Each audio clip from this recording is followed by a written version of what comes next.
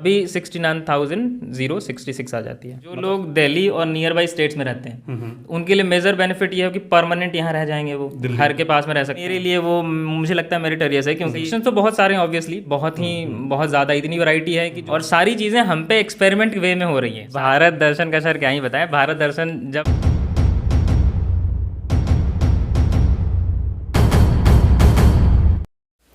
मेरे साथ हैं मोनू प्रसाद। मोनू अभी सेंट्रल सेक्रेटेरिएट सर्विसेज में मिनिस्ट्री ऑफ फाइनेंस में as assistant section officer working हैं। आज जानेंगे इनसे असिस्टेंट सेक्शन ऑफिसर की जो जॉब होती है मिनिस्ट्रीज़ में, उसका क्या वर्क प्रोफाइल है, प्रमोशन एस्पेक्ट कैसे हैं, सैलरी कितनी है, पहली सैलरी इनको कितनी मिली थी और इन्होंने उसको कैसे कैसे खर्च किया था, सब कुछ जानने वाले हैं। एक चीज़ और, इनको एक्साइज होम स्टेट मिल रहा था, लेकिन अब कुछ लोगों की बात ही अलग होती है, समझते हो आप लोग।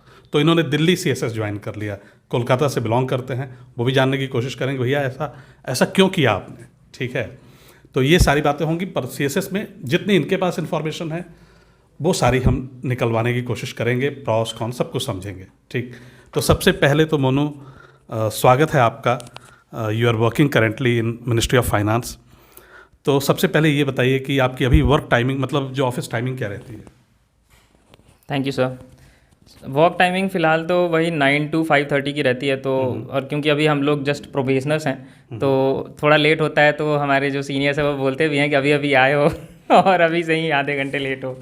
तो हम कोशिश करते हैं कि 8:30 तक घर से निकल जाए, 9 सवा 9 तक ऑफिस पहुंचने का ट्राई करते हैं, फिर 5:30 पे आ जाते हैं।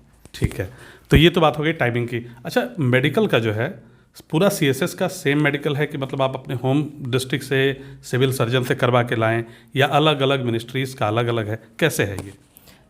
मेडिकल का जहाँ तक सीन है, CSS क्योंकि दिल्ली बेस्ड जॉब है, तो जो दिल्ली के रहने वाले लोग हैं वो दिल्ली में यहाँ RMS हॉस्पिटल में उनका मेडिकल हो जाता है। बाकी जो अदर स्टेट के हैं उनको ऑप्शन दिया जाता है कि आप या तो दिल्ली आके RMS में करवा लो। RMS का फुल फॉर्म?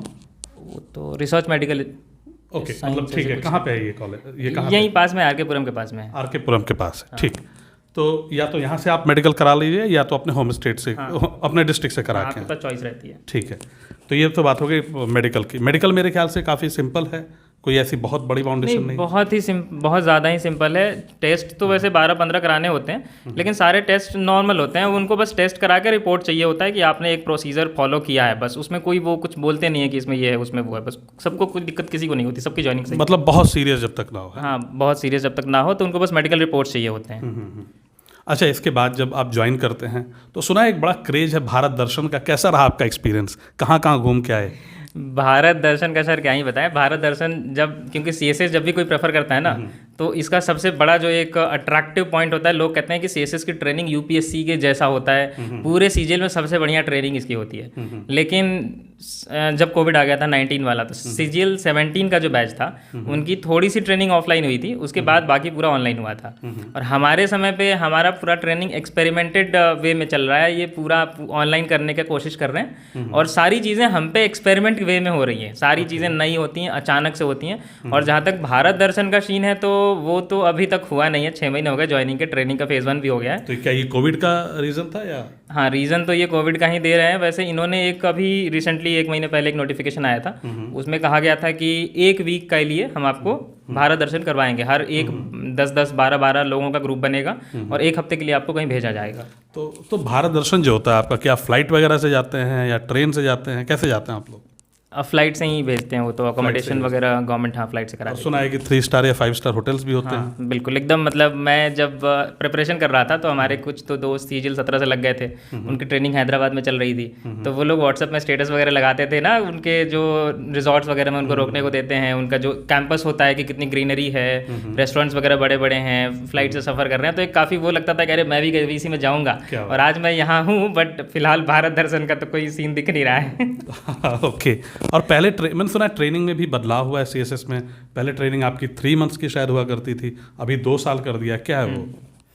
ट्रेनिंग का सर अभी एक नया वो मिशन आया है, गवर्नमेंट ऑफ इंडिया का है, कर्मयोगी। कर्मयोगी? हाँ, कर्मयोगी। उसके थ्रू क्या है, ये इसमें चेंजेस क्या है, पहले क्या होती थी कि ट्रेनिंग मतलब सिर्फ ट्रेनिंग होती थी, फुल डे ट्रेनिंग होती थी। आप 3 महीने की ट्रेनिंग करते थे, फिर जॉब ज्वाइन करते थे।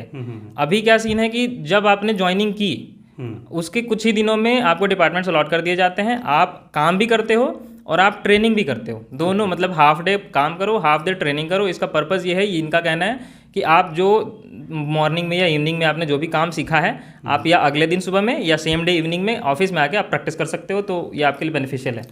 मतलब ये है कि जब आप वर्क बेस्ड मतलब काम भी कर रहे हो, लर्निंग भी हो रही है, तो ट्रेनिंग का ज़्यादा आउटपुट, एक बढ़िया आपको अच्छा आउटपुट मिलेगा, एक बढ़िया ऑफिसर बना पाएंगे। हाँ बिल्कुल। अच्छा, बेसिकली पूछूं मैं कि अगर जो असिस्टेंट सेक्शन ऑफिसर हैं, इनका मेन कोर काम क्या है? जैसे किसी भी मिनिस्ट्री में कोर काम, वैसे तो मेरे ख्याल से बिल्स में भी डाल देते होंगे, है ना?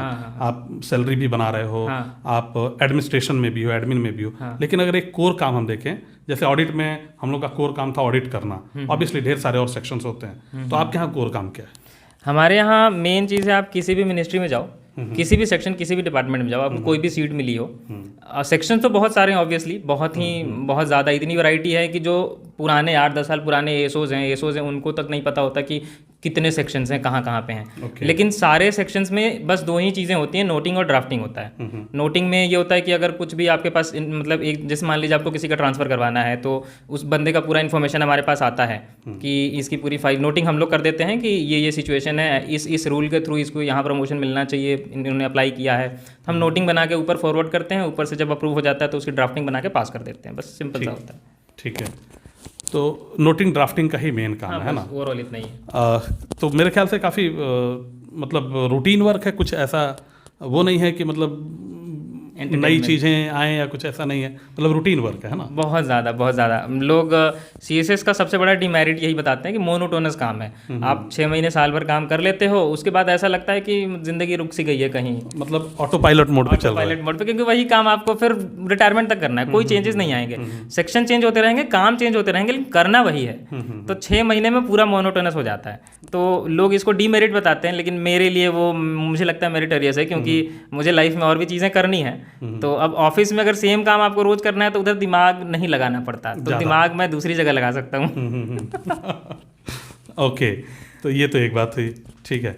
फिर अगर मैं देखूँ, चलिए ये तो काम की बात हो गई है ना, तो मुझे लगता है एक और यार कमी है जो मुझे सीएसएस में सबसे बड़ी कमी लगती है कि ये मिनिस्ट्रीज़ की जॉब होती है, यहाँ पब्लिक डीलिंग बिल्कुल नहीं होती, तो अपने ही भाई बंधुओं से आप मतलब रोज़ उन्हीं से मिलना है, कुछ नए लोगों ने ज्वाइन कर लिया 1 साल बाद तो उनसे मिल लो, बाकी पब्लिक थोड़ा इंटरेक्शन हो तो थोड़ा और मजा आए, नए लोगों से आप मिले, है ना? हाँ बिल्कुल ये तो है। हम मतलब एक ऐसा हो जाता है कि आप जैसे घर पे हो, उसके अलावा जब ऑफिस जा रहे हो तो वही जो आपके कलीग्स हैं, आपके सीनियर्स हो सकते हैं, आपके जूनियर्स हो सकते हैं, उन्हीं से रोज़ का मिलना जुलना है। बट मैंने इसकी भरपाई करने की कोशिश की है, जैसा कि आप भी कर रहे हैं यूट्यूब के थ्रू, तो मैं भी फेसबुक वगैरह पर लोगों से इंटरेक्शन कर लेता हूँ, नए दोस्त बना लेता हूँ, मिल लेता हूँ, उनके साथ घूम भी लेता हूँ, तो हो जाता है मेंटेन। ओके, तो ये बात हो गई एक, है ना? अच्छा, तो काम थोड़ा हमने समझा, अब चलते हैं हम कि आपने ज्वाइन किया, अगला प्रमोशन कब एक्सपेक्ट कर रहे हैं आप? प्रमोशंस के तो सीन है, अभी तो कुछ कोर्ट केसेस वगैरह चल रहे हैं। 4 साल में हमारा LDCC का एग्ज़ाम होता है, LDEC का, तो अगर वो एग्ज़ाम हो जाता है, जैसे अभी रिसेंटली हुआ है हमारे 2010 बैच वाले CSS ऑफिसर्स का हुआ है, तो वो अगर एग्ज़ाम होता है तो 4 साल में एग्ज़ाम हो जाता है, फिर उसके प्रोसीजर्स, रिजल्ट्स और बाकी चीज़ें होने में लगभग 1.5 साल लग जाते हैं, तो 5.5 साल के अंदर पहला प्रमोशन एसओ पे हो जाता है।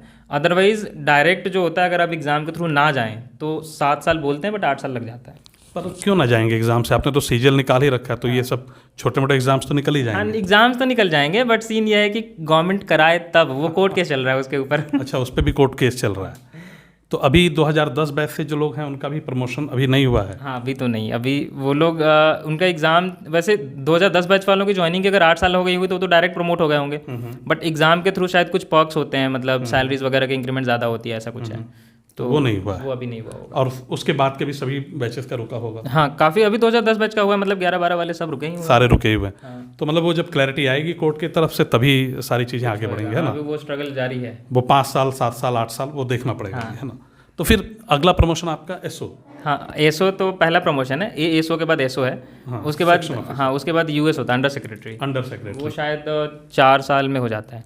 तो मैं कहूँ कि अगर बहुत ही स्लो भी रहे तो 15 साल में अंडर सेक्रेटरी बन सकते हैं? बिल्कुल। मेरी जब ज्वाइनिंग हुई थी ना, तो जब मैं अपने अंडर सेक्रेटरी सर से मिलने गया था, तो वो भी बता रहे थे हमें कि हम भी तुम्हारी तरह कभी आए थे, आज मुझे यहाँ 15 साल हो गए हैं, मैं भी एसओ ज्वाइन किया था, अभी अंडर सेक्रेटरी हूँ, तो उनके एक्सपीरियंस है अब, क्योंकि वो सामने मेरे साक्षात बैठे थे। तो बिल्कुल।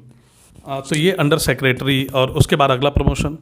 उसके बाद ये होता है डीएस पे होता है, डिप्टी सेक्रेटरी। हाँ डेप्यूटी सेक्रेटरी पे होता है, फिर जेएस है, फिर एएस है, काफ़ी चीज़ें हैं। Joint but secretary। अभी तो हम लोग आए हैं तो अभी हम लोग एएसओ ही एक्सपेक्ट कर रहे हैं, बाकी उसके बाद देखेंगे उसके बाद क्या होता है।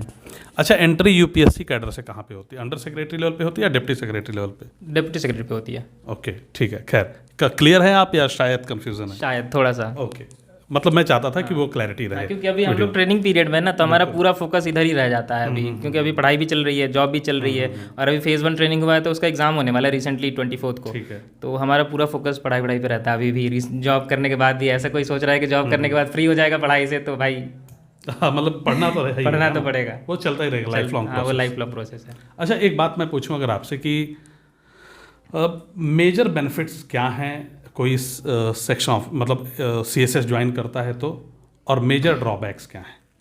मेजर बेनिफिट सबसे पहले। दोनों देखा जाए तो एक ही होता है ना, आईना जैसा है, क्योंकि जो लोग दिल्ली और नियर बाई स्टेट्स में रहते हैं उनके लिए मेजर बेनिफिट ये है कि परमानेंट यहाँ रह जाएंगे, वो घर के पास में रह सकते हैं, तो उनको मतलब ट्रांसफ़र वगैरह की दिक्कत नहीं आती, घर से आना जाना कर सकते हैं, अगर 1 घंटे का डिस्टेंस है तो गाड़ी ले सकते हैं, तो रोज़ भी आना जाना कर सकते हैं। और मेजर ड्रॉबैक भी यही है कि जो जैसे मैं कोलकाता से आया हूँ तो मैं अब चाह के भी कहीं कोलकाता या अदर स्टेट्स में नहीं जा सकता। मोस्ट प्रोबेबली डेप्यूटेशन पे शायद 8 साल के बाद डेप्यूटेशन पे जा सकते हैं, तो मैक्सिमम 3 साल के लिए डेप्यूटेशन पे जा सकता हूँ, लेकिन वापस मुझे फिर से दिल्ली आना पड़ेगा। तो दोनों एक ही हैं, एक ही सिक्के के 2 पहलू हैं। ओके, तो मतलब मैं कहूँ कि अगर मेजर बेनिफिट जो आप देखते हैं वो ये है कि भैया दिल्ली पोस्टिंग है, बिल्कुल ट्रांसफर्स का कोई वो नहीं है, एक मिनिस्ट्री से दूसरी मिनिस्ट्री में आप चेंज भी होगे तो वहीं सारी मिनिस्ट्री घूम फिर के हैं, सारी पार्लियामेंट के आसपास ही है ना। आसपास ही हैं। और वैसे भी तो अभी 2024 का टारगेट है, सेंट्रल विस्टा बन जाएगा, तो सारी मिनिस्ट्रीज एक जगह आ जाएंगी, सारे सीएसएस पूरा सीएसएस कैडर ही एक जगह आ जाएगा। अभी जैसे बहुत सारे कुछ उद्योग भवन में हैं, कुछ शास्त्री भवन में हैं, कुछ निर्माण भवन में हैं, कुछ नॉर्थ ब्लॉक में हैं, कुछ आरके पुरम में है, तो ये सारी चीज़ें एक जगह आ जाएंगी। और सारे भवन आसपास ही हैं। सारे भवन हाँ विदिन 3 किलोमीटर है सब। तो एक तो मेजर बेनिफिट ये दिखता है कि यार ट्रांसफ़र का कोई झंझट नहीं है। आपने एक बार जैसे आपकी फैमिली बड़ी होगी, बच्चे होंगे, तो एडमिशन करा दिया स्कूल में, तो पक्का है कि यार यहीं पढ़ सकता है वो, कोई दिक्कत नहीं कि बाद में स्कूल चेंज कर। जैसे मैं ही यहाँ पे आया था ना, तो अब मैं आते ही मैंने 2 महीने के अंदर पूरा सेटअप कर दिया था। मैंने पूरा बेडरूम वगैरह का सीन, अलमीरा वगैरह, पलंग वगैरह, मैट्रेस वगैरह, ये जितनी चीज़ें होती हैं ना, वाटर फिल्टर, तो लोग कह रहे थे कि अभी अभी आए हो, इतनी चीज़ें दिल्ली में ले रहे हो। मैंने कहा मुझे पता है कि मुझे रहना ही यहीं है, तो मैं 6 महीने बाद ले लूँ या 2 महीने पहले ले लूँ, अभी क्या फ़र्क पड़ता है। तो ये मतलब आप श्योर रहते हो कि आपको सारी जो जितना खर्चा चाहो आप यहाँ कर सकते हो, वो चेंज करने का घर वर्क वो उतना झमेला नहीं होता, वो झमेला नहीं। और दिल्ली से अगर आप हैं तो ये है कि आपका घर अगर यहाँ पे है तो वो खर्चा भी बच जाता है, तो काफ़ी मतलब सेविंग आपकी अच्छी हो जाएगी। हाँ। लेकिन एक मेजर ड्रॉबैक जो मुझे दिखता है यार, दिल्ली है बहुत महंगी, बहुत ज़्यादा। तो यहाँ पे घर बनाना एक मुश्किल काम, ठीक है। दूसरा, एजुकेशन बहुत महंगा है बच्चों का, जब आपकी फैमिली बड़ी होगी बच्चों को पढ़ाना एक थोड़ा सा उस पर काफ़ी खर्चा करना पड़ेगा, दूसरी चीज़। और तीसरा, सेविंग आप मतलब नहीं, तीसरा जो मुझे दिखता है कि आप ऑफिस के आसपास नहीं रह सकते, क्योंकि बहुत पॉश एरिया वहाँ, तो मतलब आपका 7 RCR वगैरह पे हमारे प्रधानमंत्री रहते हैं, विदिन 3 किलोमीटर तो कुछ मिलना ही नहीं है, कुछ मिलेगा ही नहीं, मिलना ही नहीं है। ठीक है। और मेरे ख्याल से 7-8 किलोमीटर में कुछ नहीं मिलेगा, क्या कहते हैं? हाँ मिलेगा तो आप अफोर्ड नहीं कर पाओगे, अफोर्ड नहीं कर पाओगे, ठीक है। वहाँ पे फिर वो जो बड़े आपके, ठीक है, तो वो लोग रहते हैं, तो आपको दूर रहना पड़ेगा। आपका ट्रैवलिंग टाइम भी मेरे ख्याल से सुबह 1 घंटा, शाम को 1 घंटा, 40 मिनट्स। हाँ, जैसे मैं कुतुब मीनार में रहता हूँ अभी, तो येलो लाइन पे ही है, सीएस मेरा ऑफिस है, और कुतुब मीनार भी येलो लाइन पे है, तो 20 मिनट्स का मेट्रो से है, बाकी 10 मिनट दोनों तरफ का वॉकिंग डिस्टेंस है, तो 40 मिनट्स 45 लेके चल सकते हैं ट्रैफिक के हिसाब से, तो बस इतना ही डिस्टेंस है। अदरवाइज जो चीज़ें हैं कि क्या ये स्कूलिंग वगैरह का जो खर्चे हैं और घर बसाने के, तो खैर वो मैं तो अभी बैचलर हूँ, तो जब मैं आगे बढ़ूंगा तो ये चीज़ें पता लगेंगी, तो देखते हैं क्या होता है। बिल्कुल। तो ये तो थी थोड़ी सी मेजर बेनिफिट्स और ड्रॉबैक्स। अब चलते हैं कि भाई क्या सीएसएस के कुछ स्पेशल पर्क, जैसे आप किसी मिनिस्ट्री में हैं तो कुछ आपको एडिशनल बेनिफिट्स मिलती हों, तो वो सारी चीज़ें ज़रा आप बताइए। वो सारी मिनिस्ट्रीज़ का तो एक तो पर्क कॉमन है, सीजीएचएस कार्ड बन जाता है, हाँ सीजीएचएस, बाकी ट्रैवलिंग अलाउंस वाला सबको मिल जाता है। बाकी जो एक्स्ट्रा पर्क्स हैं वो कुछ ही मिनिस्ट्रीज़ में है, मतलब मिनिस्ट्री टू मिनिस्ट्री वेरी करता हाँ, है बहुत ज़्यादा।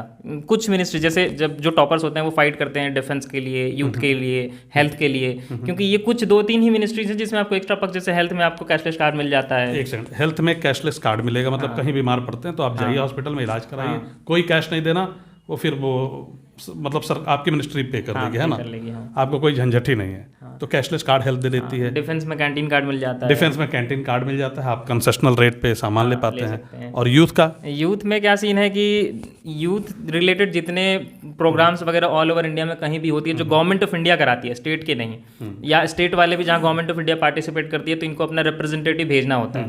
तो इसमें थोड़ा होता है कि बच्चे यूथ के प्रति ज़्यादा आकर्षित होते हैं, क्योंकि उनको जैसे भारत दर्शन की बात हम लोग करते हैं तो एक तो भारत दर्शन अगर हुआ तो ट्रेनिंग के दौरान हो ही गया, बाकी आप लाइफ टाइम भारत दर्शन करते रहो।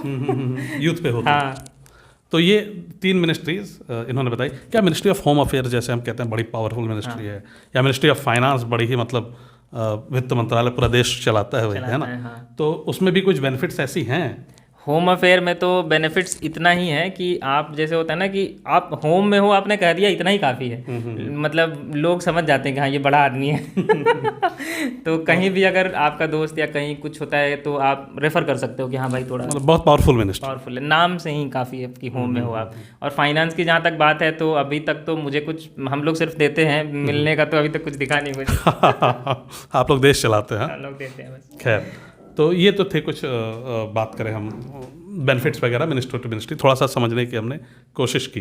ठीक, प्रमोशंस पे हमने बात की, कुछ एडिशनल चीज़ें जो शायद मैं छोड़ दिया हूँ या आप बताना चाहें। सैलरी पहली कितनी आई थी, ये तो बात ही नहीं हुई।